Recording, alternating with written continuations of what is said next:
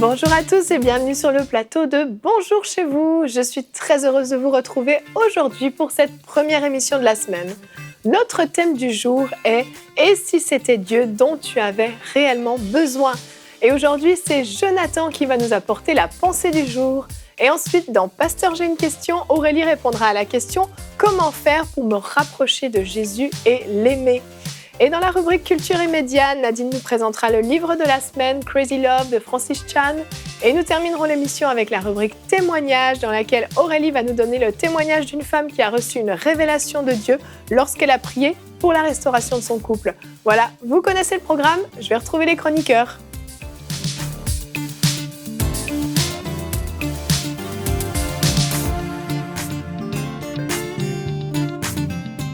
Bonjour à tous. Bonjour. Je vous offre ma plus belle voix aujourd'hui. Je ne vous propose pas de vous chanter une chanson. Peut-être pour la semaine prochaine. Pour la semaine prochaine, on verra. C'est promis? Non. Comme je suis une femme de parole, je ne le promettrai pas. Je laisserai mon mari vous chanter une chanson, peut-être la semaine prochaine s'il est avec nous sur le plateau. Aujourd'hui, nous allons parler de l'importance de nous connecter à Dieu, de nous rapprocher de Dieu, l'importance de cette relation qu'on a avec Dieu, qui est plus importante finalement que tous nos autres besoins. Donc, Jonathan, on va en parler avec toi tout de suite dans la pensée du jour.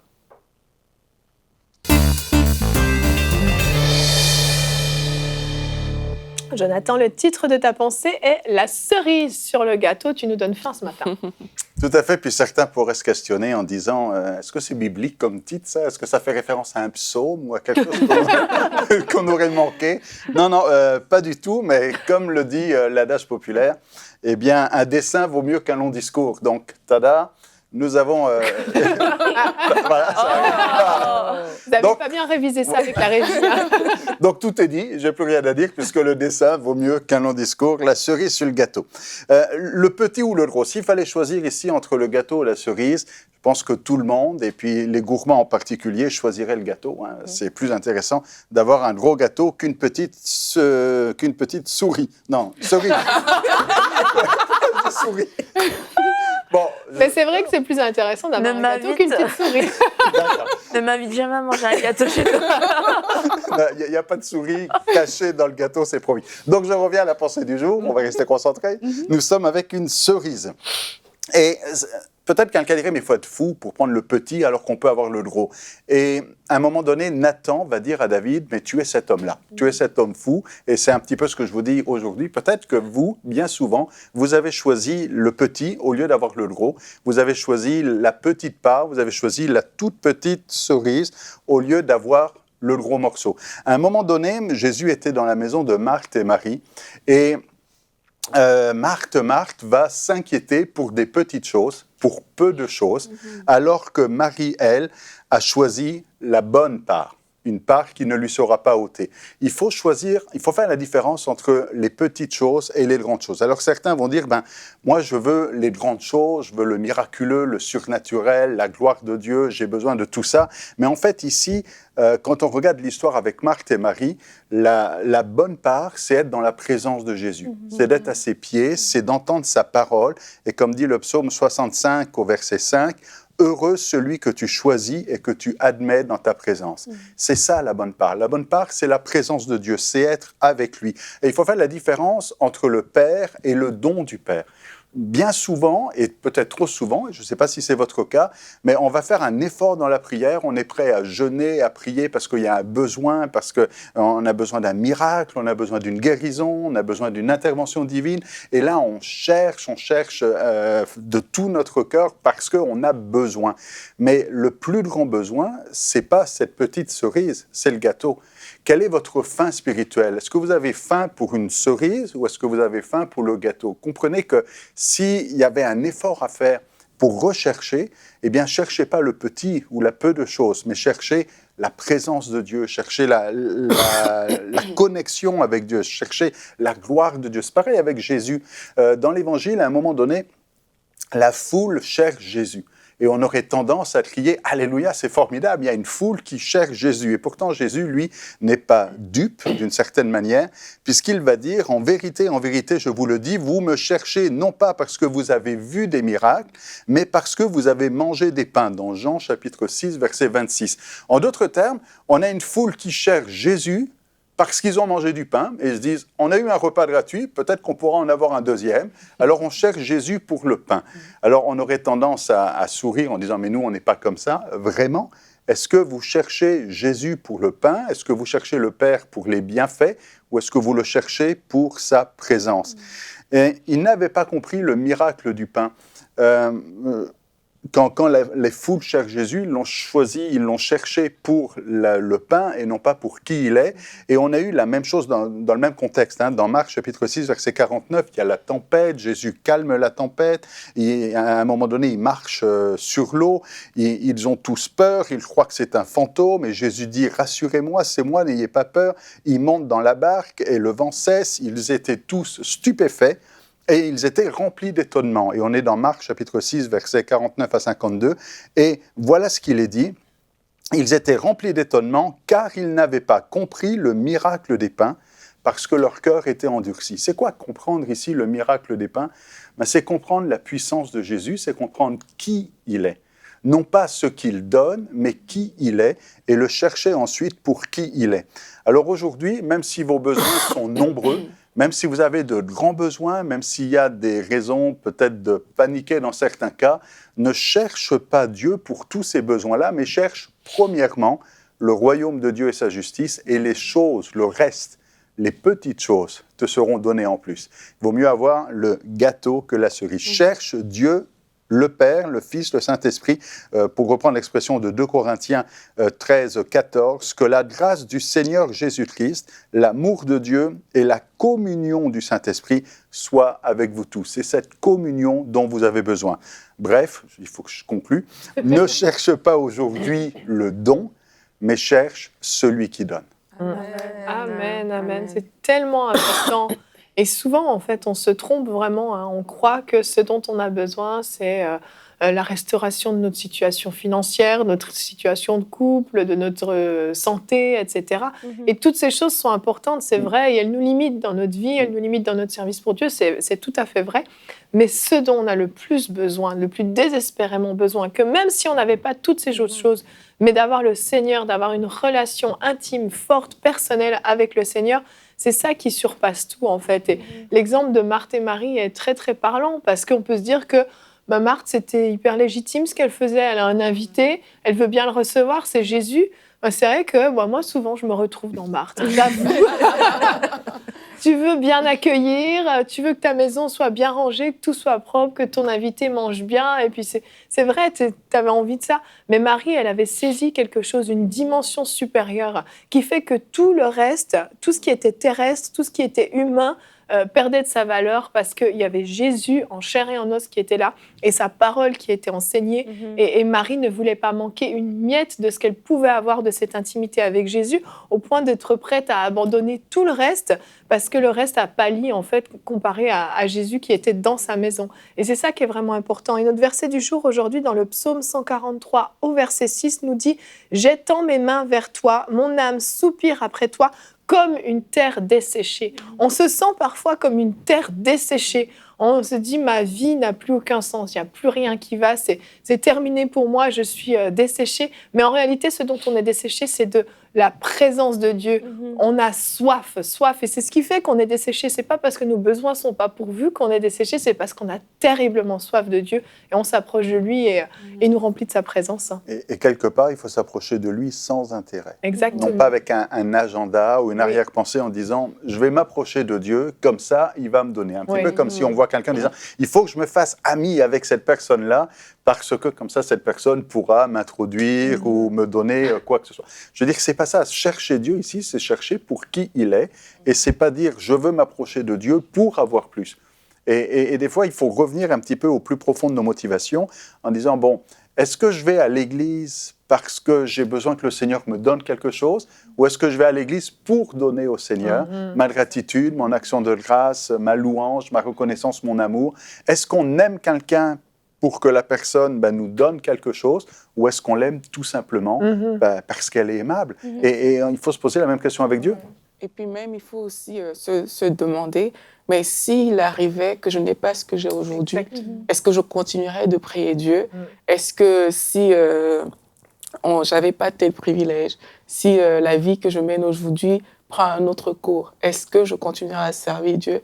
Est-ce que Dieu serait toujours mon centre d'intérêt? Est-ce qu'il serait ma passion? Est-ce qu'il serait mon obsession? Est-ce qu'il serait mon ambition? C'est des questions qu'il faut se poser vraiment, parce qu'on réalise parfois que c'est facile de se plaindre de Dieu quand on manque de quelque chose. C'est facile de dire « Ah, mais pourquoi Dieu a permis ça? Pourquoi ci, pourquoi ça? » Mais quand on se pose des questions pareilles, ça signifie que l'intérêt qu'on a de Dieu, c'est parce qu'il fait des choses, en fait. Mais nous, on a été créés pour rester connectés à Dieu. Et c'est cette connexion dont le cœur de l'homme a besoin. C'est ce que les gens cherchent. Même les gens qui ne connaissent pas Dieu, c'est ce qu'ils cherchent. Mais ils se trompent juste de recherche parce qu'ils pensent que ça va se faire par la drogue, par les femmes, par des sorties, etc. Mais la vérité, c'est que au plus profond de notre cœur, on a tous besoin de Dieu. On a besoin de cette communion. Et c'est cette communion seule qui garantit une vie paisible. La vie, en fait, qu'on a besoin, qu'on doit mener sur cette terre, ce qui la garantit, c'est la présence de Dieu dans notre vie. Et quand on ne comprend pas ça, on pense le trouver dans des activités comme Marthe pouvait faire, elle était en train de s'activer. On pense se trouver dans certains plaisirs, mais la vérité, c'est qu'il n'y a que Dieu seul qui peut combler ces besoins de notre cœur. Donc, quel que soit le besoin que les personnes qui nous regardent aujourd'hui, il n'y a que Dieu seul qui peut le combler par sa présence. Et tu disais, si tu perds ce que tu as aujourd'hui, mais j'irais même plus loin, si Dieu n'exauce jamais ta prière, admettons, Dieu n'exauce jamais ta prière, tu as un besoin, Dieu ne t'exauce jamais. Est-ce que tu continueras à le suivre quand même? Si tu étais lapidé, fouetté, battu, si tu passais en naufrage, si tu étais quelques années en prison, ça vous rappelle quelqu'un? C'est un P, je crois. C'est ça, il dit, rien ne nous séparera de l'amour de Christ. Et c'est ça, aimer. Je veux dire, un petit peu comme si on dit, j'aime ma femme, mais bon, si elle vieillit, elle prend trop de rides, elle prend une fois, je ne l'aimerai plus, ou si ceci, ou si cela. Non, l'amour est inconditionnel, on aime. Inconditionnel, ça veut dire qu'il n'y a pas de condition. On aime sans rien attendre. On ne dit pas « j'aime si ». Si tu fais ceci, si tu fais cela, si tu es comme ceci, si tu es comme cela, alors je t'aime. Je veux dire que ce n'est pas ça l'amour. L'amour, c'est je t'aime pour qui tu es, quoi. Exactement. Et on se retrouve aussi à faire des choses que Dieu ne nous a pas demandé de faire. Parce que oui, on peut, si tu as un problème dans ton couple, tu peux voir que ça te rend malheureuse, mais tu vas essayer de trouver des moyens naturels pour pouvoir trouver des solutions. Et ça t'essouffle, ça te fatigue, tu ne vois pas de fruits et de résultats. Et la plupart du temps, on est prêt à faire énormément de choses dans le naturel, vraiment des gros efforts, des sacrifices financiers, physiques, etc. Et puis, passer juste du temps simplement avec Jésus dans son intimité, être à ses pieds comme il a fait cet appel à Marthe. Comme, ouais, mais non, peut-être que je vais perdre du temps, peut-être que... Et c'est comme on est en train de dire à Dieu, je vais mieux le faire que toi. Finalement, je vais le faire, mon gâteau, je vais mettre la cerise dessus parce que ça n'a pas l'air de venir de toi. Mais c'est de ne pas avoir de condamnation et surtout pas de condamnation qui viendrait de Dieu, qu'on s'imaginerait, parce que Jésus a fait cet appel à Marthe de venir, de lui dire, viens. Et d'ailleurs, j'aimerais dire que Marthe, quand il a fait son appel, souvent, on s'imagine qu'elle s'est fait sérieusement reprendre à l'ordre, Marthe.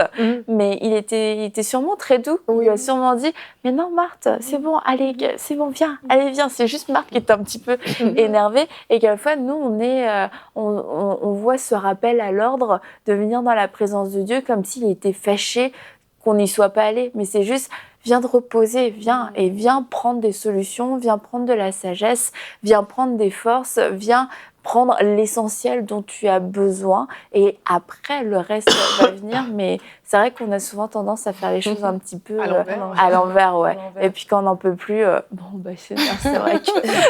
Finalement, je vais m'approcher de toi. C'est vrai. Mais la Bible nous dit de faire de l'Éternel nos délices. Et le titre de l'émission aujourd'hui, c'est vraiment Dieu dont on a réellement besoin. Et c'est vrai que si on a peu de choses, on peut penser que c'est quand j'aurai satisfait mes besoins primaires. Je pense à quelqu'un qui a besoin d'un logement, qui a besoin qui manque à manger, qui a besoin d'un emploi. C'est vrai que c'est des besoins qui sont urgents et on a l'impression que quand j'aurai satisfait ces besoins primaires, là maintenant je vais vraiment me donner dans la consécration. Mais comme Aurélie a dit, même dans l'autre extrême aussi, quand tous tes besoins sont comblés, et c'est là encore que tu peux soit te dire que c'est par tes propres forces que tu as acquis ces choses et donc ne pas vouloir chercher Dieu, ou les besoins finiront jamais. Il y aura toujours autre chose. Quand tu arrives à une autre étape, il y a toujours, tu vois, il y a toujours une étape supérieure parce que c'est comme si un hamster qui court dans une roue, ça finit jamais. Mais le point principal, le point de départ, c'est le Seigneur. Et la présence de Dieu, vraiment, quand on goûte à la présence de Dieu, quand on se rend compte que finalement, au fond de mon cœur, j'ai pas besoin d'une plus grande maison, j'ai pas besoin d'une plus grande voiture, j'ai besoin du Seigneur. Et comme dit Annabelle, c'est que une fois que je suis dans la présence de Dieu, ben, cette sagesse-là qu'il va me donner, il va comme Paul. Tu sais, Paul, quand il était Saul de Tarse, il pensait qu'il était dans le bon.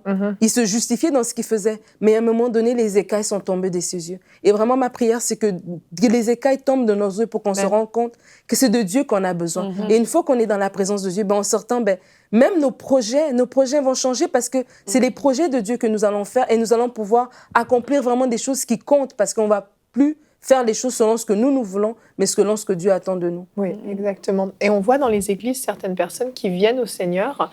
On voit des faux saluts, j'ai envie de dire, dans le sens où les gens viennent chercher la main de Dieu. Ils viennent pas chercher son cœur, ils viennent pas chercher qui il est, ils viennent chercher sa main. Alors on peut s'approcher de Dieu au départ avec un besoin, parce que c'est un moyen de se rapprocher de Dieu, et souvent les gens sont au fond du trou, ils crient à Dieu. Ça c'est bien, mais ça peut pas rester uniquement ça. Parce que dès le moment où tu vas être exaucé, tu vas faire quoi? Tu vas quitter le Seigneur. Si la seule raison pour laquelle tu étais vers lui, c'est parce que tu avais un besoin, mais une fois que ton besoin est pourvu, tu n'en as plus besoin finalement. C'est le cas de 9 lépreux qui se sont approchés de Jésus parce qu'il y avait un besoin, mais une fois que le besoin n'est plus là, on oublie Jésus. Exact. Et en fait, c'est ça, il faut revenir à la motivation profonde. Qu'est-ce que l'on cherche vraiment? Et peut-être que si on ne cherche pas Dieu plus que ça, c'est parce qu'on ne le connaît pas. Parce qu'on n'a pas réalisé l'importance, ou comme dit l'apôtre Pierre, pour reprendre mon image du gâteau, si on n'a pas goûté combien le Seigneur est bon, si on n'a pas réalisé que là, il y a quelque chose de bon. Et puis quand on a goûté à sa présence, quand on s'est délecté de sa présence, quand on a fait de l'Éternel nos délices, je reprends des expressions bibliques ici, je veux dire, on a envie d'être dans sa présence et on recherche, mais si on ne cherche pas ça, c'est qu'on n'y a peut-être pas goûté. Alors peut-être pour vous, si vous n'avez pas goûté encore à ces choses, essayez. Des fois, on dit à un enfant, t'as pas goûté, dis pas que t'aimes pas. Je dis de la même manière, goûtez, passez, faites l'effort de chercher Dieu, de passer du temps dans sa présence, puis après, vous allez plus pouvoir vous en passer. Vous allez dire, mais c'est de ça dont j'avais besoin. J'ai couru après ceci ou après cela ou après toutes sortes de choses, mais finalement, c'est de lui dont j'avais besoin. Et le Seigneur est bon, c'est-à-dire si on peut aller dans sa présence et puis dire, Seigneur, sonde-moi. Peut-être mes motivations ne sont pas bonnes, je ne sais pas comment t'aimer. Donne-moi un cœur qui t'aime. Et Dieu va pouvoir nous aider là-dedans aussi. Exactement. Puis c'est une histoire de relation aussi. C'est vraiment ça. C'est une histoire de relation quand on décide d'aller dans la présence de Dieu, d'avoir soif de Dieu. Mais c'est parce qu'on l'aime. C'est parce qu'on veut établir une relation avec Dieu. Ce n'est pas parce que ce qu'il a ou... Bien sûr, Dieu est bon dans tous les cas. On ne peut pas sortir de la présence de Dieu sans recevoir des choses vraiment bien pour nos vies à nous. Mais c'est d'abord une histoire de cœur à cœur avec le Seigneur. Et c'est parfois ça qu'on a besoin de développer. C'est juste, Seigneur, que mon cœur te cherche, toi. Que mon cœur, au-delà de ta main. De toute façon, Dieu est bon, Dieu nous bénit. Mais au-delà de ta main, Seigneur, je veux te connaître. Je veux te rencontrer. Apprends-moi à te connaître, que j'aime ta présence. C'est des prières qu'on peut faire à Dieu, vraiment. Seigneur, apprends-moi à aimer ta présence, à aimer Jésus. Et cette soif va monter, en fait. Cette soif va venir. Et comme Pasteur Jonathan disait tantôt, quand on a la soif, quand on a goûté, quand on a découvert tout ce qu'il y a dans la présence de Dieu, mais c'est difficile de juste tourner le dos à cette présence-là parce qu'on réalise qu'en fait, ce qu'on cherche est là. Il n'y a pas autre chose plus vitale que ça. Ce qu'on cherche est là-dedans. Donc vraiment, on peut demander ça à Dieu aussi dans la prière, de ressentir cette soif. C'est ce que l'apôtre Paul appelle la communion, la communion de l'Esprit, la communion du Fils. Communier, bon, je ne suis pas très fort en latin, mais communier, ça veut dire... plus fort que nous. Non, c'est ma femme, la latiniste. Communier, ça veut dire manger avec. Et quand on est en communion avec quelqu'un, quand on dit « je mange avec quelqu'un », imaginez, vous avez un repas romantique, qu'est-ce qui vous intéresse le plus? Ce que vous avez dans l'assiette ou le temps que vous allez passer avec la personne que vous aimez? Ça dépend de ce qu'il y a dans l'assiette. En disant, bon, je suis invité à manger avec mon amoureux, mon amoureuse, ma femme. Et je dis, ah non, ça dépend ce qu'on mange. S'il il a réfléchi et il s'est dit, c'est vrai que... Non, mais à un moment donné, est-ce qu'on cherche, est-ce qu'on dit, j'ai hâte de telle soirée où on va être ensemble, une soirée de couple, ou avec quelqu'un que l'on aime, qu'on apprécie? Est-ce qu'on a hâte de cette soirée-là à cause de ce qu'il va y avoir dans l'assiette, ou du dessert au chocolat, ou est-ce qu'on a hâte à cause juste de la présence, en disant, même si il n'y avait que de l'eau, on vivrait d'amour et d'eau fraîche. Anne, si tu nous entends, on a besoin de toi, et pour le latin, et pour Jonathan. Mais il y a des gens qui nous écoutent pour qui vraiment ça résonne dans leur cœur. Oui, c'est vrai, ça résonne. Et il y a cette soif qui commence à grandir, mais qui ne savent peut-être pas comment s'approcher de Dieu. Et je veux vraiment vous encourager, si c'est votre cas à la maison, à juste simplement lui parler. Ne prenez pas des prières qui sont préfaites, que vous avez déjà répétées maintes et maintes fois. Priez avec vos mots. Approchez-vous de Dieu avec vos propres mots. Dites-lui simplement, Seigneur, ta présence me manque. Si vous y avez goûté il y a peut-être 1 an, 2 ans, 10 ans, ta présence me manque. Je veux me rapprocher de toi aussi. Vous n'y avez jamais goûté. Dire, Seigneur, j'aimerais moi aussi découvrir ça. Je veux moi aussi manger ce gâteau. Je veux me rapprocher de toi. J'ai besoin de toi. Et certes, ma vie a plein de besoins. Il y a du désordre dans ma vie. Il y a beaucoup de choses qui doivent changer. Mais premièrement, je veux m'approcher de toi. Et si vous vous approchez de Dieu, il s'approchera de vous. C'est ce que la parole de Dieu déclare. Donc aujourd'hui, n'ayez pas peur de parler à Dieu avec vos mots. Ouvrez-lui votre cœur simplement, approchez-vous de lui. Vraiment, c'est un encouragement que je veux faire à certaines personnes qui nous écoutent. Priez avec vos propres mots, vos propres paroles, avec votre propre cœur. Et Aurélie, dans la rubrique « Pasteur, j'ai une question », tu vas répondre aujourd'hui à une question que Gloria de Belgique nous a posée. Elle aimerait savoir comment faire pour me rapprocher justement de Jésus et l'aimer. Oui, mais je suis persuadée que tu vas approfondir tout ça avec grande classe. Oui, mais c'est vraiment une très bonne question que Gloria elle pose, parce que quand on se retrouve en train de se poser ce genre de questions, ça veut dire qu'on a la soif. On a une soif qui est montée dans notre cœur. Et lorsqu'on regarde cette question, comment faire pour me rapprocher de Jésus et l'aimer, il y a 2 volets dans cette question. Il y a le volet je me rapproche de Jésus, et puis il y a le volet j'aime Jésus. Alors, on va commencer par le rapprochement. On ne peut pas se rapprocher de quelqu'un qu'on ne connaît pas, en fait. Oui. C'est que si je veux me rapprocher d'Annabelle, mais il faut que j'identifie que voici Annabelle et je veux me rapprocher d'elle. Sinon, je risque d'aller vers Evelyne en pensant que c'est Annabelle. Vous voyez? Non. Donc, il faut connaître la personne de qui on veut se rapprocher. Et ça veut dire que de la même manière, il faut prendre le temps de connaître Jésus. Et comment on connaît Jésus? On le connaît au travers de la parole de Dieu.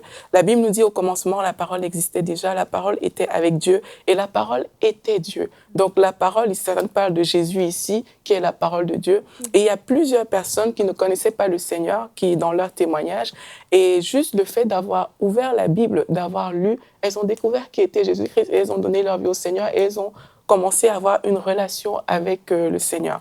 Donc vraiment, la parole de Dieu est importante pour se rapprocher de Dieu, sonder les Écritures. Là, on va voir qu'est-ce que Jésus aime, qu'est-ce qui lui fait plaisir, parce que c'est ça le but qu'on veut se rapprocher de quelqu'un, c'est pour plaire à cette personne-là.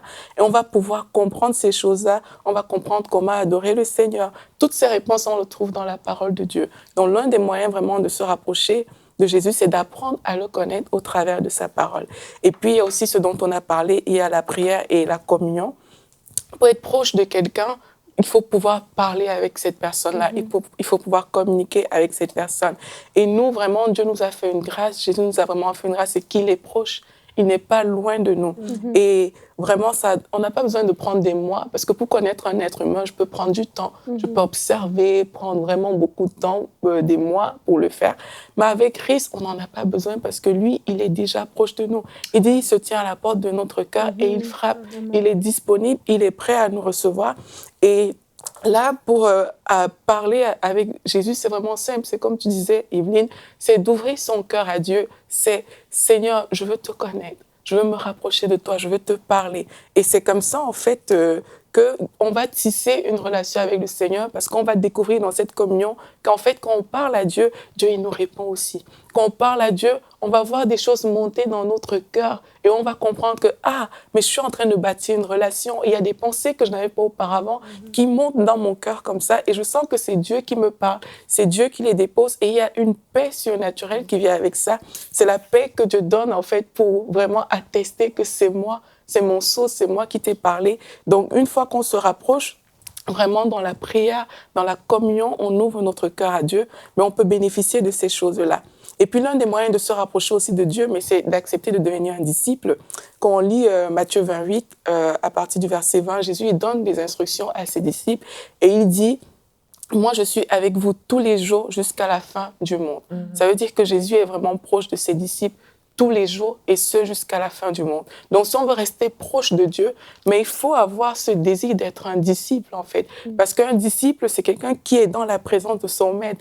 Jésus pouvait dire, mes brebis ou mes disciples, ils écoutent ma voix, ils me connaissent et ils me suivent. Donc là, le fait d'écouter cette voix, ça veut dire qu'on est avec lui, on est proche de lui, et c'est ça qui permet qu'on puisse le suivre. Donc, la première étape dans la phase de rapprochement, il faut passer par toutes ces phases en fait qu'on a citées.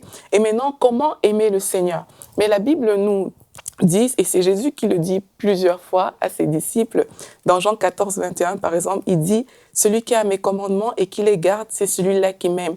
Celui qui m'aime sera aimé de mon Père, et moi aussi je l'aimerai et je me ferai connaître à lui. » Donc on voit que la connaissance, dans le rapprochement qu'on peut avoir de Christ, est garder les commandements, et donc cet amour-là, mais ça va vraiment de pair, ça va ensemble. Donc, le moyen que Dieu utilise pour que nous, on puisse l'aimer, ce à quoi il prend plaisir, voilà, c'est qu'on puisse garder ses commandements, c'est qu'on puisse garder sa parole. Dans Jean 14, 24, la Bible dit « Celui qui ne m'aime pas ne garde pas mes paroles. » Et la parole que vous entendez ne vient pas de moi, mais du Père qui m'a envoyé. Mais le plus important, c'est cette première phrase « Celui qui ne m'aime pas ne garde pas mes paroles. » Donc, on ne peut pas dire qu'on aime le Seigneur si notre cœur n'est pas attaché à sa parole. La preuve d'amour qu'on a pour Dieu, mais c'est en gardant sa parole et en mettant sa parole en pratique. C'est comme ça qu'on saura que oui, là vraiment, j'ai un cœur pour le Seigneur, j'aime le Seigneur, je cherche à faire ce qui lui fait plaisir. Et c'est en parallèle comme ça qu'on va de mieux en mieux se rapprocher de Dieu. Donc voilà la réponse. Merci Aurélie pour cette bonne réponse. Tu as donné plein de clés essentielles pour pouvoir se rapprocher du Seigneur de façon simple, en fait. On voit que ce n'est pas compliqué, ce que tu as partagé. Il n'y a rien de compliqué. Ce n'est pas des rituels, ce n'est pas toutes sortes de choses. C'est un cœur à cœur avec Dieu. Et... Merci beaucoup, Aurélie.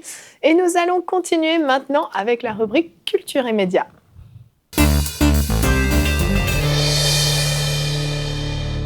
Nadine, aujourd'hui, tu nous présentes le livre Crazy Love de Francis Chan. On va regarder la vidéo de présentation. Découvrez le livre de la semaine.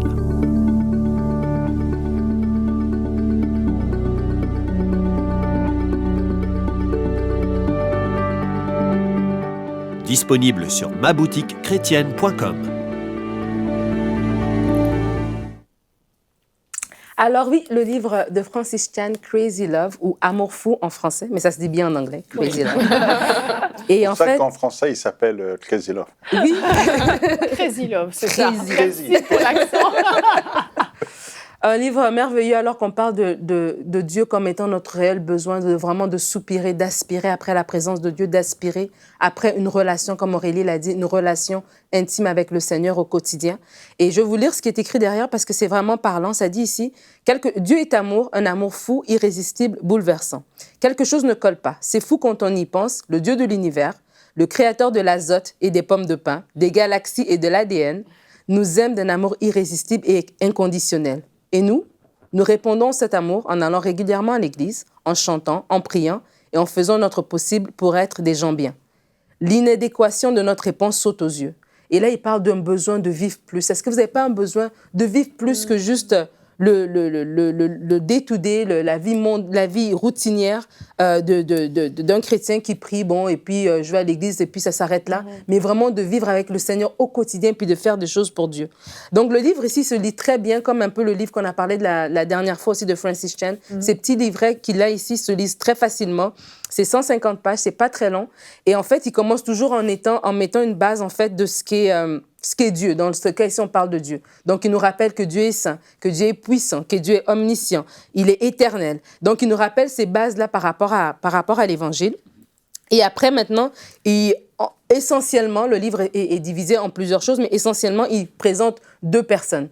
Les personnes qui sont tièdes et celles qui sont bouillantes. Parce qu'en fait, tu ne peux pas être ni chaud ni froid. Il faut que tu sois bouillant pour le Seigneur. Et là, la tiédeur, vous allez voir que la tiédeur n'est pas juste...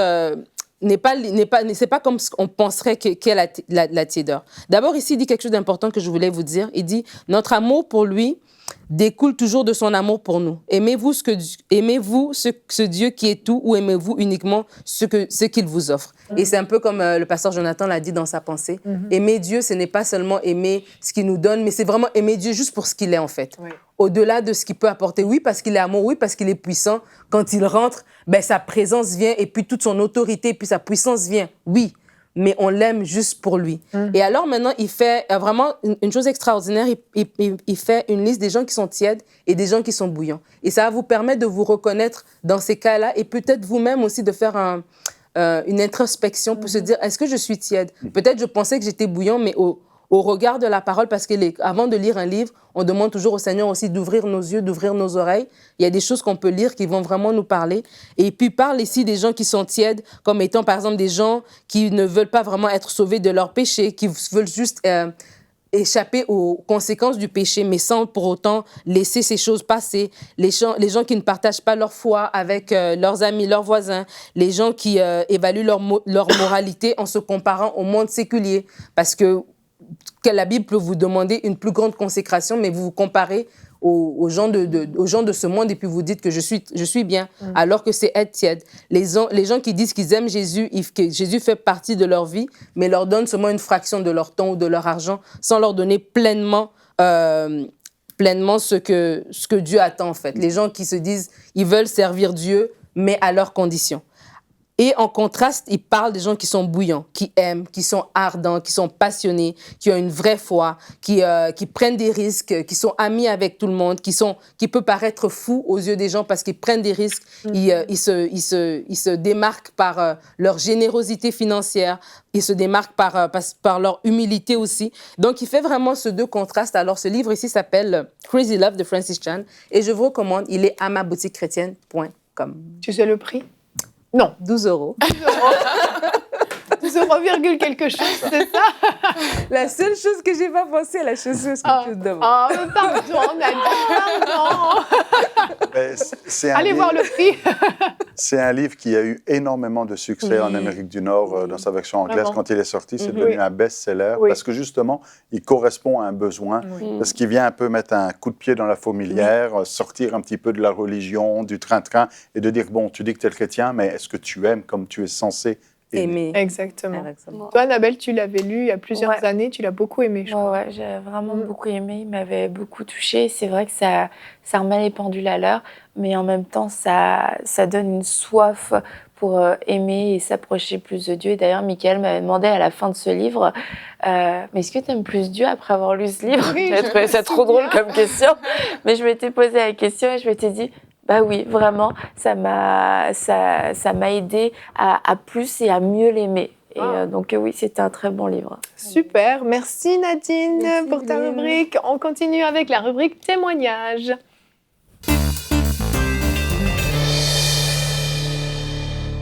Aurélie, tu nous partages le témoignage de Ingrid aujourd'hui. Oui, Ingrid a fait une petite vidéo qu'elle nous a envoyée que je vous propose qu'on regarde tout de suite.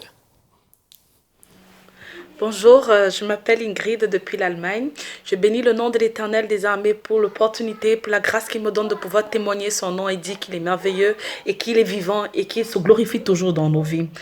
Alors, l'année 2017 a été une année très difficile pour moi, une année où il y avait beaucoup d'amertume, beaucoup de colère, beaucoup de disputes dans mon foyer, dans ma famille, dans la vie de mes enfants. Tellement ils pleuraient, ils criaient, je n'arrivais plus. Je crois que j'étais à bout, j'étais fatiguée, je n'en pouvais plus. Alors, dans ma recherche pour arranger ma relation avec mon mari, Dieu a plutôt restauré ma relation d'abord avec lui. Alors, je suis tombée tout au hasard sur MCTV. C'était Prière inspirée, les 7 questions à se poser pour connaître la volonté de Dieu. Et ça m'a tellement marqué. J'ai continué de chercher, regarder chaque jour. Je suis même rentrée dans les vidéos précédentes pour pouvoir connaître quelle était cette volonté dans ma vie. L'agenda de Christ fait beaucoup de choses. Dieu a transformé ma vie de prière. Dieu a rétabli la prière. Dieu a tellement permis une connexion avec lui qu'au point j'avais comme l'impression de donner ma vie à Christ pour la première fois. Alors j'ai commencé à prier en langue, chose que je ne faisais pas plus de 5 minutes. J'ai commencé à faire 1 heure, 2, 3 heures de temps. La première fois, j'ai fait 3 heures de temps jusqu'à m'endormir. Et Jésus-Christ a été merveilleux. Jésus-Christ est merveilleux dans ma vie. Il utilise chaque chose. Parole de femme qui m'a permis de sortir de la frustration avec Leslie. Tellement je suis bénie. Je suis bénie pour chaque émission que Dieu permet que vous puissiez faire. Sachez que vous êtes des vases que Dieu utilise dans son service pour pouvoir sauver des âmes et amener des enfants à être des vrais disciples, à connaître quelle est leur identité en Christ. Aujourd'hui, j'ai appris quelle est mon identité en Christ. Être la fille de l'Éternel des armées. Appris à m'approprier de la parole de Dieu. Apprendre à m'approprier de la parole de Dieu parce que c'est ça qui est mon âme. Parce que c'est ça qui est ma relation avec Dieu. Parce que c'est ça qui me permet de le connaître davantage. Je bénis tellement l'Éternel des armées pour vous, pour vos vies, pour tout ce qu'il fait. Je bénis tellement. Mon cœur est dans la joie. Mon cœur est dans la joie. Merci, Pasteur Jérémie, pour la prière que vous avez faite dans ma vie. Je bénis tellement l'Éternel parce que cette paix s'est réellement installée. Merci, soyez bénis. Je pense qu'elle est bénie. Oui, mais nous aussi, on bénit le Seigneur Vraiment. pour la vie d'Ingrid. Vraiment. Parce qu'on voit vraiment que Dieu a agi, comme elle peut nous dire dans son témoignage. C'est très beau. Oui, elle s'était rapprochée de Dieu parce qu'elle avait des difficultés dans son couple. Et comme elle a si bien dit, c'est que en fait, Dieu l'a surpris. Parce qu'elle s'attendait peut-être à ce que Dieu lui donne une solution. OK, pour ton mari, fais ci. Pour tes enfants, fais comme ça. Mais en fait, elle a juste découvert Dieu lui-même. Elle a juste découvert Dieu. Et en fait, quand dans son histoire, telle qu'elle est écrite, elle dit que, en fait, elle a eu l'impression de donner sa vie à Christ pour la première fois. Et elle dit ça, elle était en train de regarder Prière inspirée, les 7 questions à se poser pour connaître la volonté de Dieu. Et elle a réalisé en fait qu'elle n'était pas dans la volonté de Dieu. Ça faisait déjà près d'1 an qu'elle n'avait jamais lu sa Bible. Elle regardait juste des petits versets bibliques sur des applications mobiles, mais elle n'avait pas vraiment lu. Il y avait un fossé qui s'était créé entre elle et Dieu. Et là, elle a vraiment redécouvert, j'ai envie de dire, le Seigneur. Et aujourd'hui, Ingrid nous fait savoir que, en fait, parce qu'elle a redécouvert le Seigneur, maintenant Dieu lui parle. Dieu lui donne des stratégies par rapport à son couple. Mais elle a un plus, c'est qu'elle connaît le Seigneur. Elle a une relation vraiment établie avec le Seigneur. Et à cause de cette relation, maintenant, elle peut voir les bénéfices dans sa vie de tous les jours. Elle reçoit des stratégies pour ses enfants. Elle a des révélations de Dieu sur comment faire les choses. Et vraiment, on bénit le Seigneur pour la vie d'Ingrid parce qu'elle était venue avec plein de questions à propos de son foyer. Mais elle a trouvé le repos en Jésus-Christ. Elle a rencontré Jésus-Christ. Et c'est peut-être le cas des personnes qui nous regardent aujourd'hui. Peut-être vous êtes là, vous avez plein de questions. Vous vous dites, mais comment est-ce que je ferais? Pourquoi est-ce que la vie est si difficile avec moi? Qu'est-ce qui se passe avec moi? Mais sachez que peut-être, pas peut-être, certainement, c'est de Jésus-Christ dont vous avez besoin.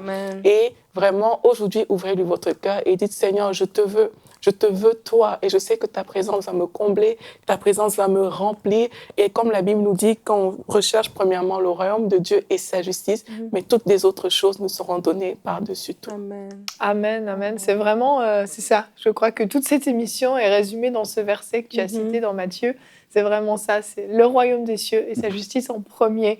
Et si on s'approche de Dieu en cherchant juste son royaume, juste qui il est, les choses ensuite vont se mettre en place et tous nos besoins seront pourvus parce que le Seigneur est bon, il nous aime comme un bon père, il prend soin de ses enfants.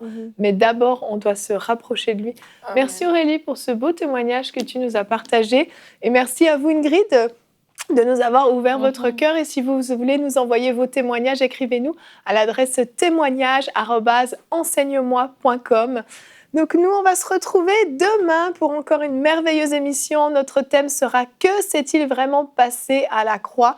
Ne manquez pas une émission sur la croix. Elles sont toujours puissantes, ces émissions-là. Et nous aurons la rubrique famille avec Anne qui nous dira comment faire connaître Jésus à nos enfants. Donc, avis aux parents. Ne manquez pas cette émission. Ce sera encore une très belle émission. Merci à vous tous sur le plateau et merci à vous qui nous avez suivis. Et bonjour chez vous.